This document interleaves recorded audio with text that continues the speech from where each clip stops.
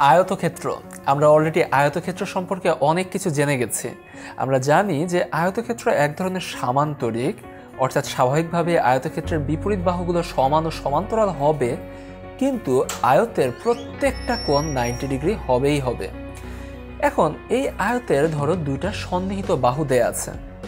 আয়তের যেহেতু বিপরীত বাহুগুলো সমান, সন্নিহিত বাহু মানে পাশাপাশি বাহু, এই বাহু আর এই বাহু দেয়া থাকলে বাকি দুইটা বাহু জানা হয়েই যায়। যদি তাই হয় তাহলে আয়তের পুরো আয়তটা আঁকা তেমন কোনো ব্যাপার না। আইডিয়াটা দেখো, ধরো দুইটা বাহু দেয়া আছে, একটা বড় আর একটা ছোট। আমি কি করলাম, একটা লম্বা রশ্মি থেকে বড় বাহুটা সমান করে কেটে নিলাম।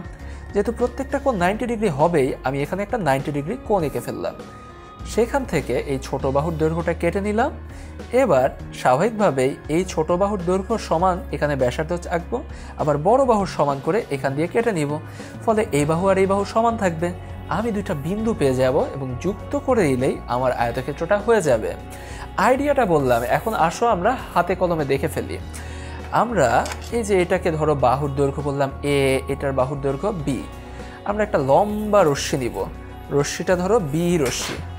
এই যে বি রশ্মিটা আছে সেখান থেকে আমি একটা বাহুর দৈর্ঘ্য কেটে নিব। বিই থেকে একটা বাহুর দৈর্ঘ্য এ, এইটুকু ধরো কেটে নিলাম। এ কেটে নিলাম। যদি এ কেটে নেই এখান থেকে, তোমাদের বইয়ে দেখা গেছে যে বি কেটে নিয়েছে, কোনো ব্যাপার না, একটা বাহু কেটে নিলেই চলবে। এটা এ কেটে নিলাম, এটার নাম দিলাম সি। এখন বি বিন্দুতে আমরা 90 ডিগ্রি একটা কোণ আঁকবো, কারণ আয়তক্ষেত্রের প্রত্যেকটা কোণ 90 ডিগ্রি হয়। এই যে এখান থেকে আঁকছি, এত দূর পর্যন্ত গেল, এখান থেকে তারপরে ধরো এখানে, আবার এই জায়গায় এভাবে। আমরা সকলেই 90 ডিগ্রি কোণ আঁকা শিখে গেছি, তাই না? আগের ভিডিওতে আমি দেখিয়েছিলাম। আচ্ছা, ব্যাস। এখন যদি আমি এটাকে ছেদ করে নিয়ে যাই, দেখবা যে সুন্দরভাবে এবারকার ড্রয়িংটা ভালো হয়েছে বেশ। ব্যাস, 90 ডিগ্রি কোণ হয়েছে। এখন তারপরে এই যে বি একটা অংশ আছে আর একটা বাহু আছে, সেই বাহুটা ধরো কেটে নেই। এখান থেকে বি বাহুটা কেটে নিলাম। এখন যেহেতু এই বাহু আর এখান দিয়ে যে বাহুটা আঁকা হবে দুইটা সমান, এখানেও আমি আরেকটা বৃত্তচাপ আঁকলাম।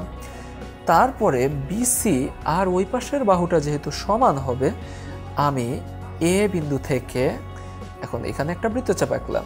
এটাকে নাম দিলাম এ, এটার নাম দিলাম ডি। আচ্ছা, আমরা যদি ড্রয়িংটা সঠিকভাবে করি, বৃত্তচাপগুলো একদম সুন্দরভাবে মিলে যাবে 90 ডিগ্রি 90 ডিগ্রি করে করে। জাস্ট এ কমা ডি এখন ধরো যুক্ত করে দিব। এখন যা পাবো তা হলো গিয়ে এ বি সি ডি, এটা একটা আয়তক্ষেত্র। প্রত্যেকটা কোণ স্বাভাবিকভাবেই 90 ডিগ্রি করে করে হচ্ছে। এবং আমরা যে সন্নিহিত বাহু দুইটা দেওয়া ছিল বিসি বাহু আর এবি বাহুতে, সেই সন্নিহিত বাহু দুইটা দেখিয়েছি, বিপরীত বাহুগুলো স্বাভাবিকভাবেই সমান হয়েছে। এভাবে আমার কাছে যদি আয়তক্ষেত্রের দুটো সন্নিহিত বাহু দেয়া থাকে আর কিচ্ছু দেয়া নাও থাকে, তারপরেও আমরা আয়তক্ষেত্রটা এঁকে ফেলতে পারি।